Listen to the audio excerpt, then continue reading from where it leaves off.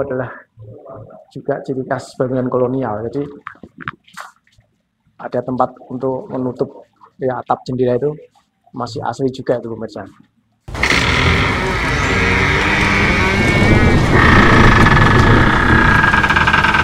Nah, semua atap itu dikunci, semua tiang-tiang itu pengait-paketnya dikunci dengan klem, kemudian ada penusuk kayu itu ya. Sangat luas dan sangat klasik pemirsa. Orang Belanda tapi tinggi. Tingginya melebihi batas. Melebihi batas itu ada. Kemudian saya dengar-dengar juga ada suster ngesot, Pak. Benar, ya, Pak?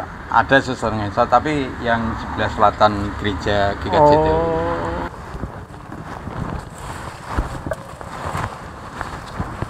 Oh iya, pemirsa. Tapi sebelah sana Jawa.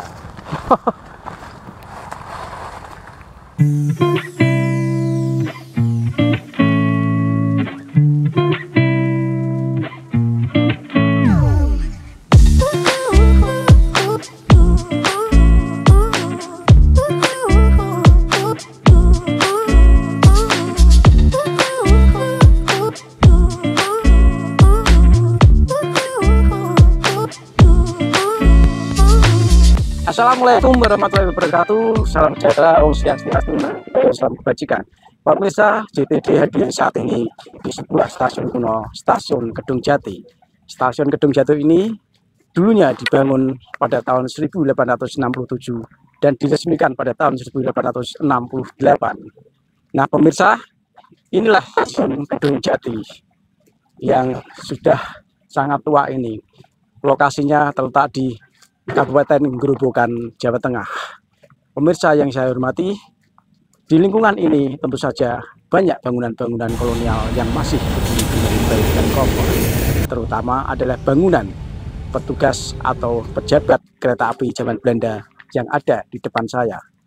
Bangunan-bangunan itu dibangun sejak tahun 1907. Selain itu, kami akan juga mengantar pemirsa untuk menyaksikan bangunan-bangunan kuno lain yang terkait dengan Jabatan Perkebunan Jati, Kedung Jati. Nah, inilah pemirsa rumah kuno, rumah pejabat kereta api kala itu. Rumah yang desainnya adalah seperti bangunan Eropa di area pegunungan Alpen. Ciri khas villa-villa di pegunungan Alpen Eropa inilah ada di Kedung Jati.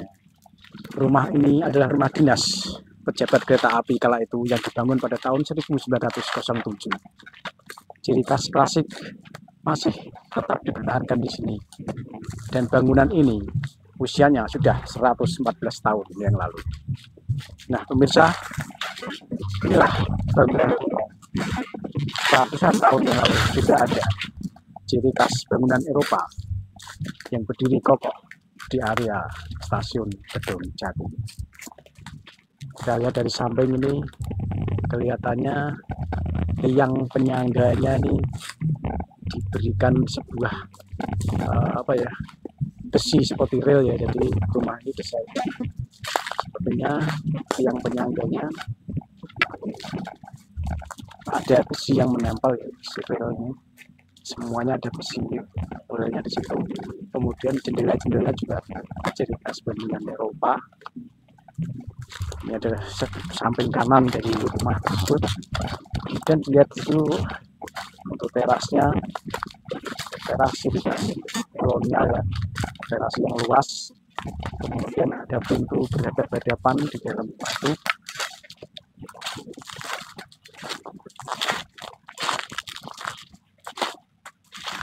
Dan itu tercantum KAI milik Kereta Api Indonesia ya, PT Kereta Api Indonesia.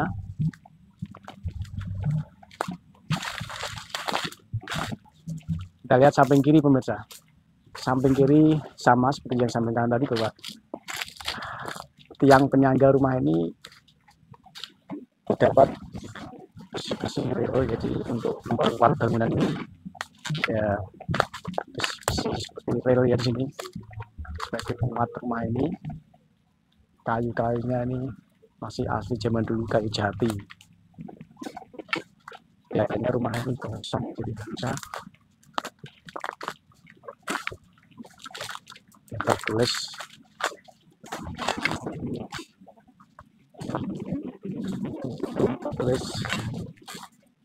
aset PT Kereta Api Indonesia.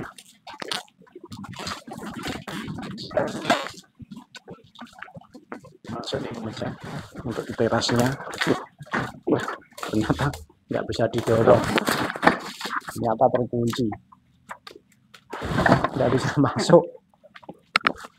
Kita lihat di sini, ini Mas Bayu. Waktu kita masuk di teras rumah ini, kita lihat di sini ya, pintu masuk ada 3 ya.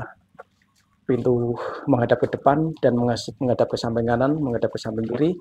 Ini jelas-jelas arsitektur Eropa, seperti villa-villa di Eropa ya. Rumah ini juga beratapkan tertibnya kayu jati ya. Kita nggak bisa masuk kalau terkunci, cukup sempit, kita nggak bisa masuk. Dan kemudian lantainya pun masih terlihat asli ya. Tegel ini masih asli zaman dulu. Dengan daun-daun jendela di sini juga ciri khas kolonial Belanda. Kita akan coba masuk ke teras ini.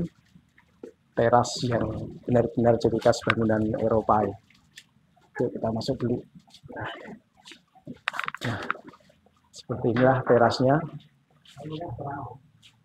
Ciri khas bangunan Eropa. Pintu berhadapan kanan dan kiri, kemudian pintu yang berada di depan juga ada. Ini artinya ada beberapa ruang langsung menuju ke ruang tamu, samping kanan, samping kiri, kemudian baru masuk ke rumah utama. Kemudian teralis-teralisnya di sini masih asli ya, asli buatan kolonial Belanda. Namun rumah ini terkunci karena adalah aset milik KAI ya, jadi kita nggak bisa masuk. Namun dengan teras ini kita bisa memperlihatkan ke pemirsa bahwa bangunan ini masih kokoh di sini dengan atap ternit. Plafon ini kayu jati pemirsa, kayu jati yang diblok, jadi papan-papan jati yang berada di atas ini. Kemudian kita lihat di sini hiasan-hiasan di daun jendela itu adalah juga ciri khas bangunan kolonial. Jadi ada tempat untuk menutup ya, atap jendela itu masih asli juga itu pemirsa. Dibangun pada tahun 1907 ini.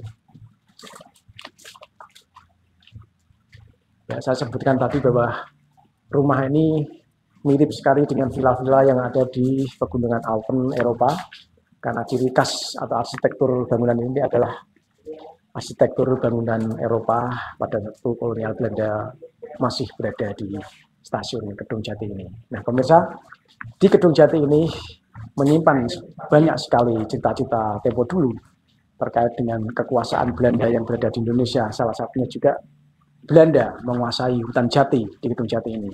Peninggalan-peninggalan apa yang terkait dengan perkebunan jati di Kedung Jati ini nanti akan kita perlihatkan kepada pemirsa semua.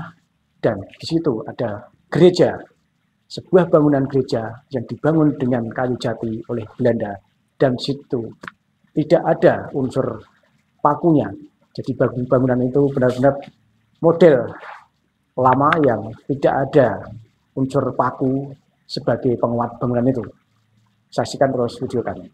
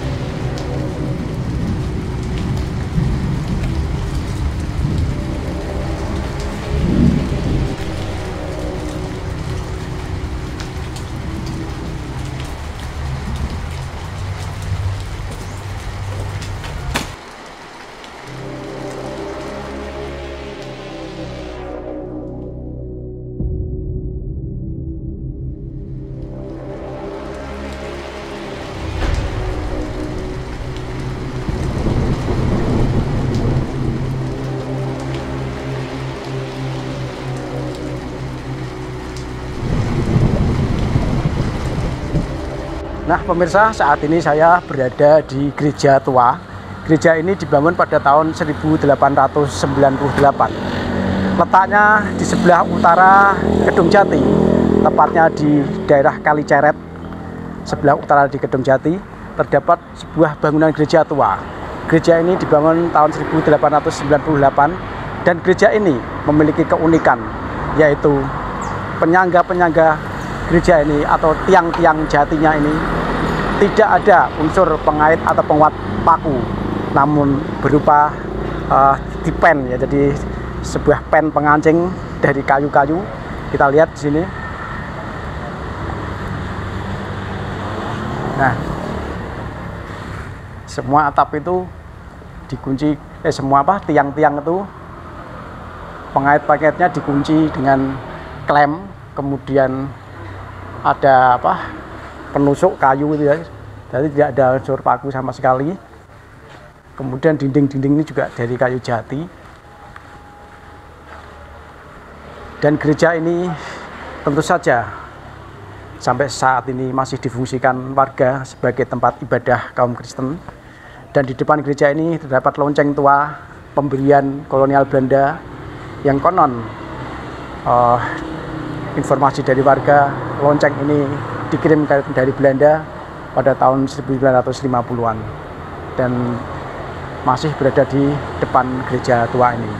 Gereja tua ini, di sebelah kanan dari gereja tua ini terdapat rumah kapendetan atau rumah dinas pendeta yang juga dibangun pada tahun 1898, terletak di sebelah kiri dari gereja. Kita ikuti terus video kami. Nah pemirsa, saat ini saya berada di samping Bapak Pak Triatmo. Bapak Triatmo. Bapak Triatmo ini adalah salah satu jemaat di gereja, namanya gereja apa? GKJTU. Gereja GTU nggih. GKJTU. Oh, GKJTU di Kaliceret. Bapak ini sedikit banyak tahu sejarah terkait dengan gereja ini, karena Bapak ini rumahnya dekat dan sebagai jemaat nih Pak. Bapak bisa menjelaskan Pak sejarah singkat terkait gereja ini, dibangun pada tahun berapa, kemudian difungsikan sejak kapan dan sebagainya Pak? Bapak. Ya, dibangun pada tahun 1898 ya. Ya, dulunya yang mendirikan Belanda atau dari Belanda, namanya ya Nyonya Juele. Oh, Nyonya Juele. Yang mendirikan namanya Nyonya Juele. Dulu kan gereja ini kan yang pertama kali yang ber-PI kan Nyonya Juele, dari Simo terus ke Nyemoh terus ke Kaliceret. Oh, dari urutannya dari Nyemoh dulu terus ke sini gitu. Iya. Oh. Oke, terus Pak, selama ini gereja ini kan termasuk gereja tua nggih. Iya. Terus yang merawat dari yayasan berarti Pak?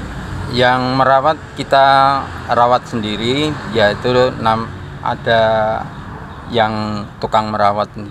Oh ada ya, ada petugasnya ya? Iya ada tugasnya, dirawat sendiri ini Pak. Dari belum pernah pemerintah ini bantu, belum pernah. Terus bangunan ini Pak, saya lihat tadi tiang-tiang penyangga sama sekali nggak ada unsur paku sebagai penguatnya Pak. Iya. Ini memang sejak dulu tidak dirubah gitu Pak? Iya, tetap ini masih utuh, masih asli ini Pak. Sejak tahun 1898 masih asli? Masih asli. Tidak dirubah, cuma atapnya ini Pak? Iya, cuma dikasih plafon, tapi ya atapnya juga masih genteng, cuma gentengnya diganti karena ada yang banyak yang bocor, cuma plafon. Iya. Cuma plafon. Terus Pak, tadi di sebelah sana ada rumah juga, rumah yang saya pernah dengar sebagai rumah dinas pendeta nggih. Itu rumah Kapanditan. Oh, Kapanditan. Iya. Nah, itu dulu pernah sebagai interneran Jepang, pernah dengar? Yang internan sini ya. Ini ada lubang-lubang ini yang dikasih seng itu pernah intern. Oh. Itu tempatnya di sini. Oh. Jadi ada dua versi Pak. Iya. Jadi ada yang bercerita bahwa yang tempat interneran antara gereja dan juga rumah pendeta tadi. Iya. Tapi ternyata Bapak di sini ya. Di sini karena orang tua yang cerita ini kan lubang-lubang. Nah, ini kan dikasih bambu dulu kan untuk tidur. Oh gitu. Jadi Ini sampai sana.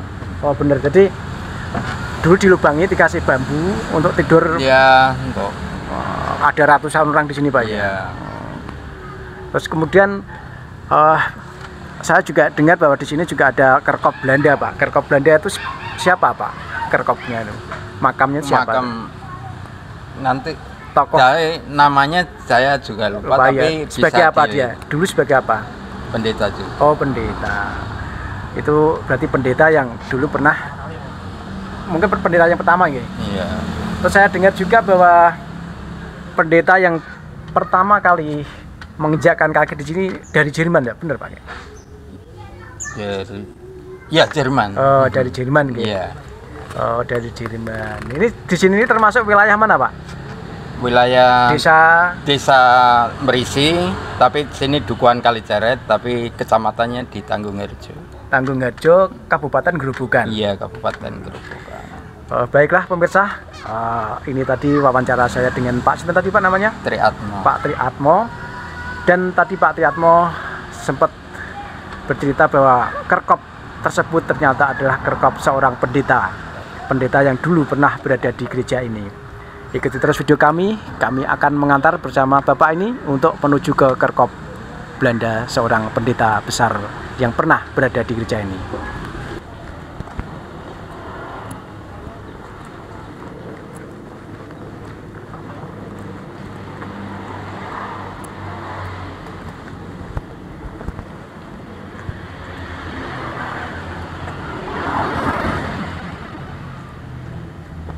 Kita lihat dari jauh nih pemirsa, gerejanya terdapat sebuah kayak apa ya, bangunan mengerucut di depan. Itu masih asli itu. Kemudian saya akan menunjukkan rumah kapindetan atau rumah dinas pendeta kala itu, yang bangunannya juga masih asli pemirsa. Bangunan ini masih asli. Nah, sangat luas dan sangat klasik pemirsa. Lantainya berlantaikan kayu jati, kemudian ada teras yang luas di sini, dan saya mencium harumnya bau bunga kenongo sepertinya. Oh iya, di sekeliling rumah ini terdapat tanaman bunga kenongo sehingga harumnya sampai terasa di sini.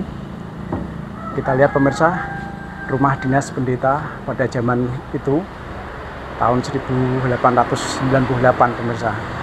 Masih berdiri dengan kokoh dan sekarang menjadi tempat untuk sekolah ya, untuk sekolah. Kita lihat sekarang menjadi gedung apa.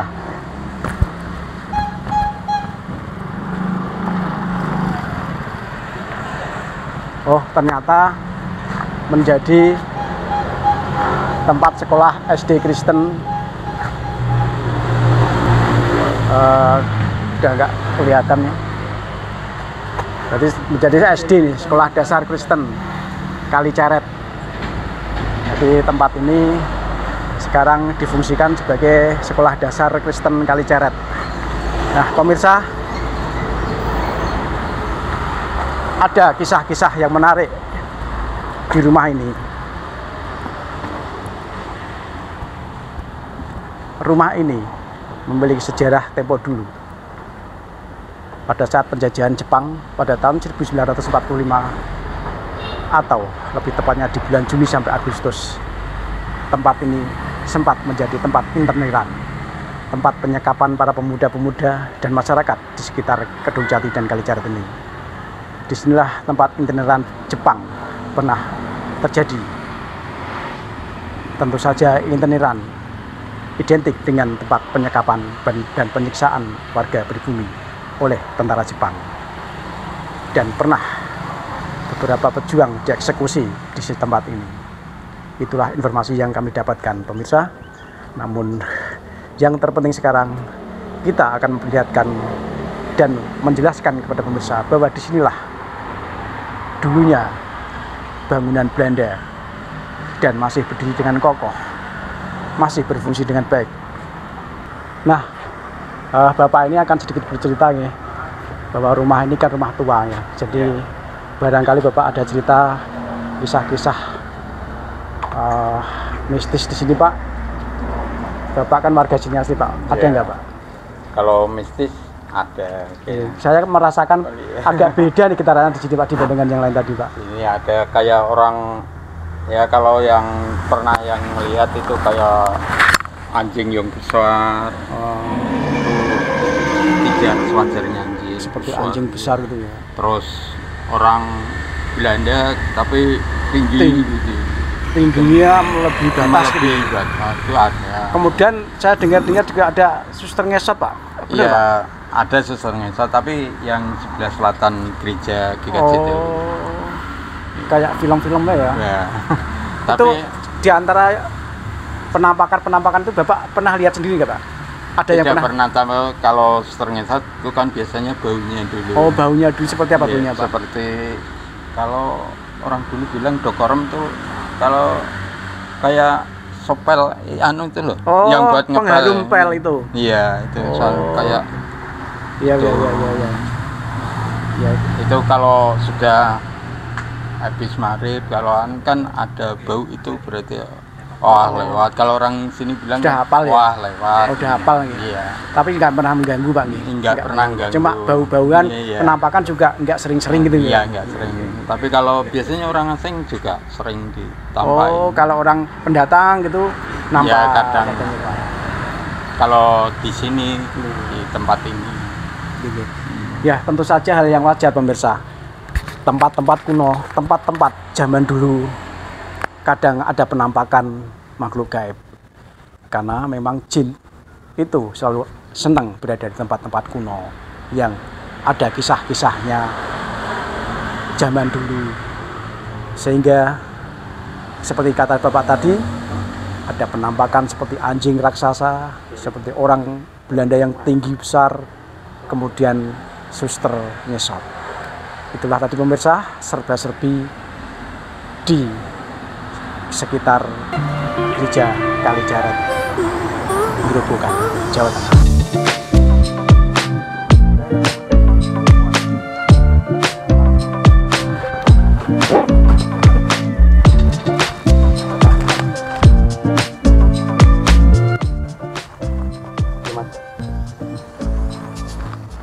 Jenenge iki, Mas. Caroline Augusta Alwin Bulten ini Kuhnen wae sampean. Lahir 1863, meninggal 13 September 1899. Ana keterangan iki, Mas? ada. Lagi anak, Mas. Kini Kuhnen ya.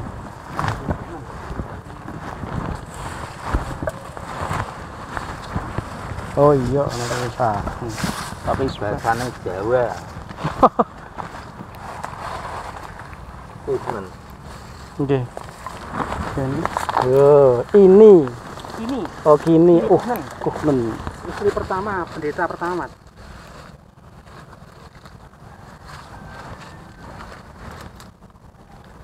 Kuhnen. 1863. Pemirsa, inilah Kini Kuhnen. Kini Kuhnen lahir pada tahun 1863 dan wafat pada September 1899. Makam Kerkhof ini adalah sebuah tanda bahwa di sini adalah tempat pemakaman istri seorang pendeta pertama di gereja Kalijaret tadi. Gereja yang berdiri pada tahun 1898 ini meninggalkan jejak seorang istri pendeta pertama yang telah dimakamkan di sini pada tahun 1899.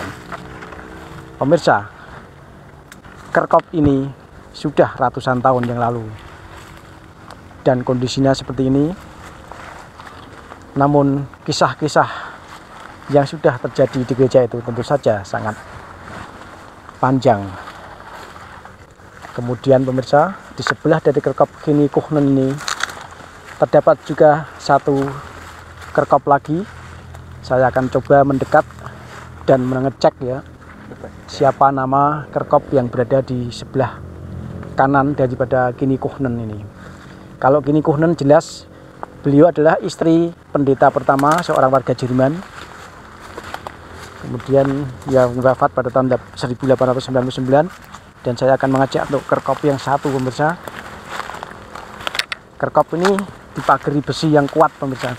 Pagar besinya sangat tebal sekali dengan ciri khas tralis-tralis Eropa ini.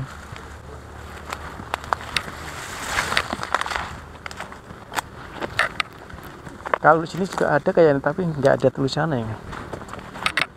Nah, yang di sini pemirsa, di sini tertulis nama Boyke. Ibuku. Hah? Ibuku. Ibuku Itu jangan lama. Mar Paulus 1863 lah ini. yang wafat pada tahun 1919. Inilah pemirsa tokoh-tokoh penting Gereja Kaliceret peninggalan kolonial yang berdiri sudah ratusan tahun yang lalu. Beberapa tokoh dimakamkan di sini. Tentu saja ini cerita fakta, ada, nyata dan tidak mengada-ada. Semoga arwah-arwah bio ini Ada 3 sih. tenang di alam sana. Dan kemudian pemirsa, selanjutnya kami akan mengajak pemirsa ke sebuah rumah tua, rumah panggung yang dulunya sebagai tempat pejabat perkebunan jati di Kedung Jati. Seperti kita tahu bersama, pohon jati ternyata ditanam oleh pihak Belanda, dan waktu itu banyak penduduk Indonesia kerja paksa menanam pohon jati di area Kedung Jati.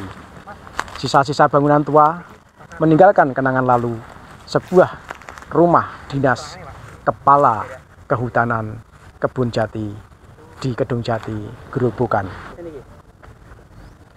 Pemirsa, ternyata ini ada kerkop yang tanpa nama. Setelah kita cek di Google, di literasi Google, di sini ternyata ini adalah kerkop pasangan suami istri yang bernama R.S. Elias, wafat pada tahun 1933. Istrinya namanya R.N.G.T. Esther, yang dimakamkan pada tahun 1935 ternyata, pemirsa. Dan ini adalah juga warga negara Belanda yang sebagai pengurus gereja waktu itu, dan dimakamkan di sini juga. Jadi ada 3 kerkop di sekitar gereja tadi.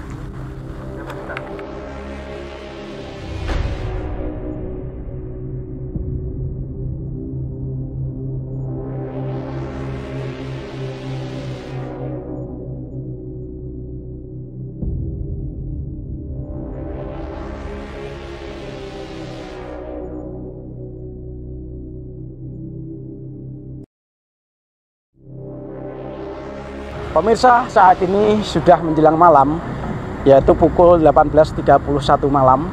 Kami berada di depan kantor BKPH Padas Kedung Jati, Kabupaten Gerobokan. Nah, di sini bangunan ini dibangun sudah sejak tahun 1800-an yang lalu. Kantor ini masih berdiri dan difungsikan oleh pemerintah di bidang kehutanan, khususnya jati. Kantor ini tingginya sekitar 1 meter lebih. Rumah panggung ini peninggalan kolonial, dan dulu rumah panggung ini sebagai rumah dinas kepala kehutanan jati di area Kedung Jati, Gerobokan, Jawa Tengah. Lantainya pun masih jati asli yang sangat tebal, dan dinding-dinding ini sangat tebal sekali papannya. Bangunan kolonial, bangunan yang kuat, dan semua masih asli kayu jati. Kemungkinan besar ini gentengnya yang sudah diganti, tapi reng, usuk, apalagi tiang-tiang juga kayu-kayu yang lain ini semuanya masih asli jati zaman dulu, pemirsa. Kemudian di depan rumah ini terdapat pohon asem di situ, pohon tua dengan diameter yang cukup besar. Dan inilah keunikan dan ciri khas rumah dinas kehutanan Belanda waktu itu. Pemirsa, itulah tadi liputan kami, video kami yang mengisahkan bangunan-bangunan tua yang berada di Kabupaten Gerobokan, tepatnya area Kedung Jati, Jawa Tengah. Ikuti terus video kami yang pastinya akan menyuguhkan tontonan-tontonan menarik jejak lebar dulu. Terima kasih. Mohon subscribe-nya, like, dan komen. Wassalamualaikum warahmatullahi wabarakatuh.